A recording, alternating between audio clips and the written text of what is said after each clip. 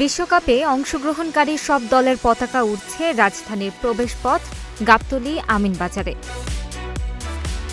Greatest show on earth খ্যাত football বিশ্বকাপ জ্বরে কাঁপছে গোটা পৃথিবী। সেই জ্বরের ছোঁয়া লেগেছে বাংলাদেশেও। নানাভাবে প্রিয় দলকে সমর্থন জানাচ্ছেন সাধারণ মানুষ। তবে গাবতলী আমিনবাজারে একসঙ্গে সব দলের পতাকা উড়ানোর ওই দৃশ্য যেন বহন করছে সৌহার্দ্যের বার্তা।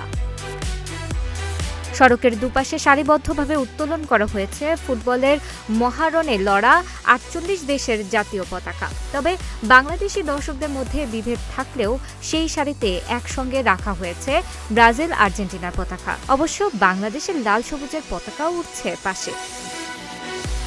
ব্যতিক্রমী এই দৃশ্যে থমকে দাঁড়াচ্ছেন পথচারীরা। চলতি পথে সেলফি তুলছেন কেউ কেউ, আবার দূর দূরান্ত থেকেই পতাকার এই সারি দেখতে আসছেন অনেকে। অবশ্য সড়কের পাশে বিশ্বকাপে অংশগ্রহণকারী দেশগুলোর পতাকার বাইরে ওই এলাকায় ভবনের ছাদসহ বিভিন্ন স্থানে শোভা পাচ্ছে বাসিন্দাদের পছন্দের দলের পতাকা। আকাশচুম্বী দালানের ওপর উড়তে থাকা এসব পতাকা যেন বলছে ঠিক কতটা উঁচুতে বাংলাদেশিদের ফুটবল প্রেম।